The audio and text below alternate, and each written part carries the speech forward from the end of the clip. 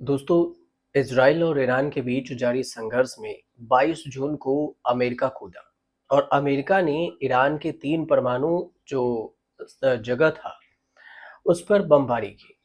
America America के राष्ट्रपति Donald Trump ने इसे एक सफल हमला बताया।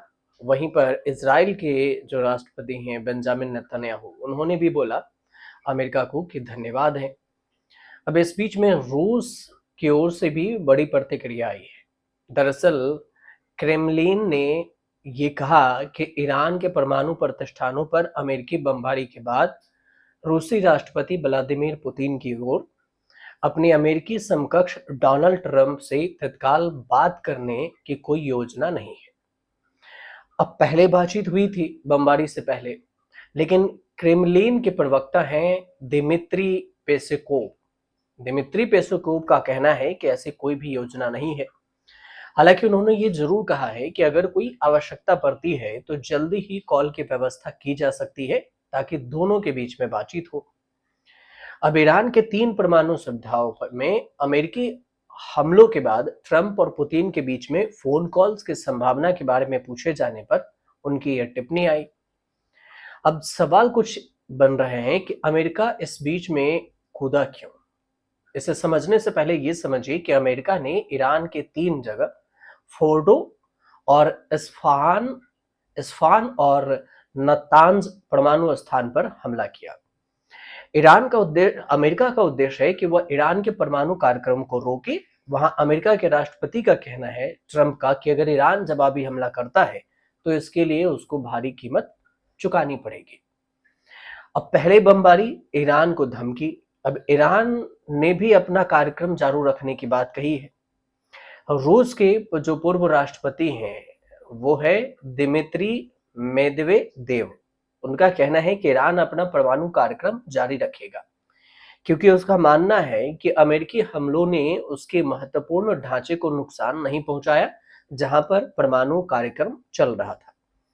और अपने टेलीग्राम पर एक चैनल है, उसमें दिमित्री मेदवेदेव ने ये लिखा कि ईरान में 3 स्थानों पर हमला करके अमेरिकियों ने क्या हासिल किया, और ऐसा लगता है कि परमाणु चक्र के महत्वपूर्ण बुनियादी ढांचे को बिल्कुल भी या फिर थोड़ा भी नुकसान नहीं पहुंचा।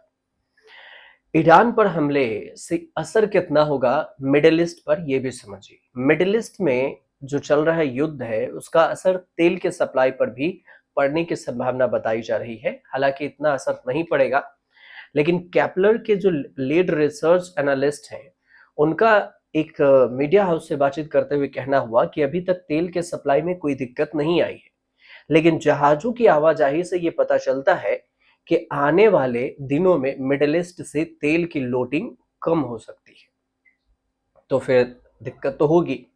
अब ईरान के धमकी के बीच में अमेरिका ने तुर्की, संयुक्त अरब अमीरात यानी यूएई, जॉर्डन और इराक के सुरक्षा चेतावनी जारी की। पश्चिमी एशिया में तनावपूर्ण हालात को देखते हुए अमेरिकी विदेश मंत्रालय ने भी अपने नागरिकों को सतर्क रहने की सलाह दी है। और ये खबर ऐसे समय पर आई है जब इजराइल और ईरान के बीच में युद्ध जारी है और इस दोनों युद्ध के बीच में अमेरिका कूद पड़ा। ईरान के परमाणु कार्यक्रम को रोकने के मकसद से इजराइल की ओर से शुरू किए गए हमलों में मजबूती से साथ देने के लिए अमेरिका ने 22 जून के सुबह ही ईरानी परमाणु केंद्रों पर हमला कर दिया। अब तेहरान की जवाबी कार्रवाई की धमकी के बीच में एक पुराने दुश्मन को कमजोर करने के लिहाज से ये एक जोखिम भरा कदम है जिसके व्यापक क्षेत्रीय संघर्ष छिड़ सकता है। और अमेरिका और इजराइल के अधिकारियों का कहना है कि अमेरिकन स्टेल्थ बॉमर और 30,000 पाउंड वजनी के जो बॉमर बस्टर्ड बम है उसने जमीन के अंदर गहरे जो ईरानी परमाणु केंद्र है वहां उसको नष्ट किया।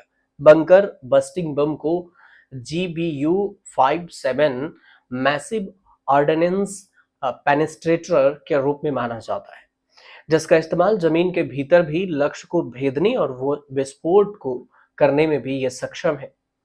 डोनाल्ड ट्रंप ने हमला की घोषणा की और ईरान के सरकारी समाचार एजेंसी इरना ने अपनी खबर में देश के फोर्दो, इस्फहान और नतांज परमाणु केंद्रों को निशाना बनाकर हमले की पुष्टि की।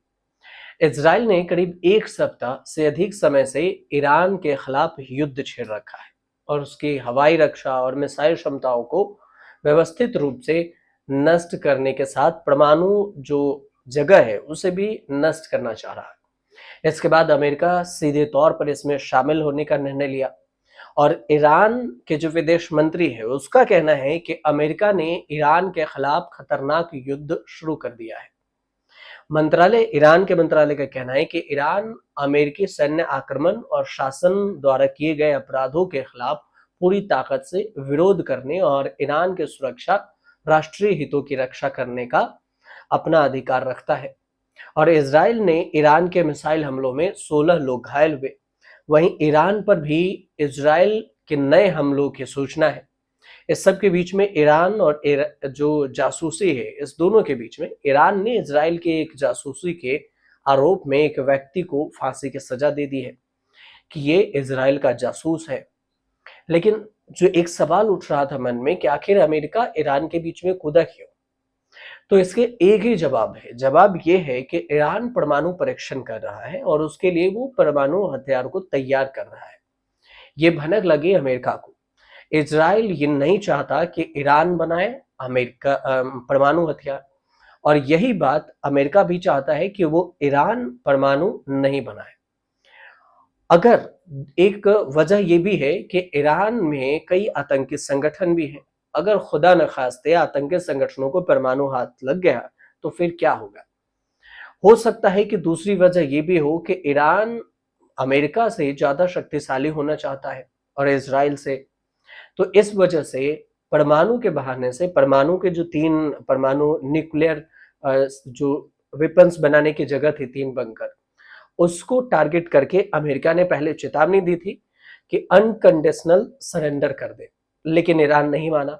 इसके बाद अमेरिका बोला कि हम 2 हफ्तों में सोचेंगे, लेकिन इस सोचने के टाइम से पहले ही अमेरिका ने जो बॉम्बर से ईरान के 3 जगह पर बम्बार्डिंग की और तीनों जगह पे ये दावा किया गया कि ईरान के जो न्यूक्लियर साइट थे तीनों, उसको हमने तबाह कर दिया। हालांकि ईरान की तरफ से आधिकारिक ये बयान नहीं आया है कि वो न्यूक्लियर साइट ही था, जबकि ईरान ये कह रहा है कि हमें उससे कोई खतरा नहीं हुआ और उससे ज्यादा कि हम उस साइट पे कोई खतरा नहीं हुआ और हम परमाणु अपने बनाना जारी रखेंगे। तो कुल मिलाकर देखें तो मिडिल ईस्ट में जो वार है वो तो हो ही रहा है और इसका असर भी जो बाकी के दुनिया के जो देश हैं उस पर भी पड़ने की आशंका है, क्योंकि जो तेल के सप्लाई हैं उसी से लाल सागर से गुजरती है, जहां ईरान से रास्ता होकर गुजरता है। उसके बाद जो कई सारी चीजें हैं जिसको लेकर सप्लाई में दिक्कतें आ सकती है, लेकिन फिलहाल ऐसी कोई स्थिति नहीं दिख रही। बावजूद इसके उधर चीन अलग इसमें कूदा हुआ है, तुर्की अलग है, पाकिस्तान अलग है, अमेरिका अलग है, उधर से रूस पुतिन इनडायरेक्टली सपोर्ट में है।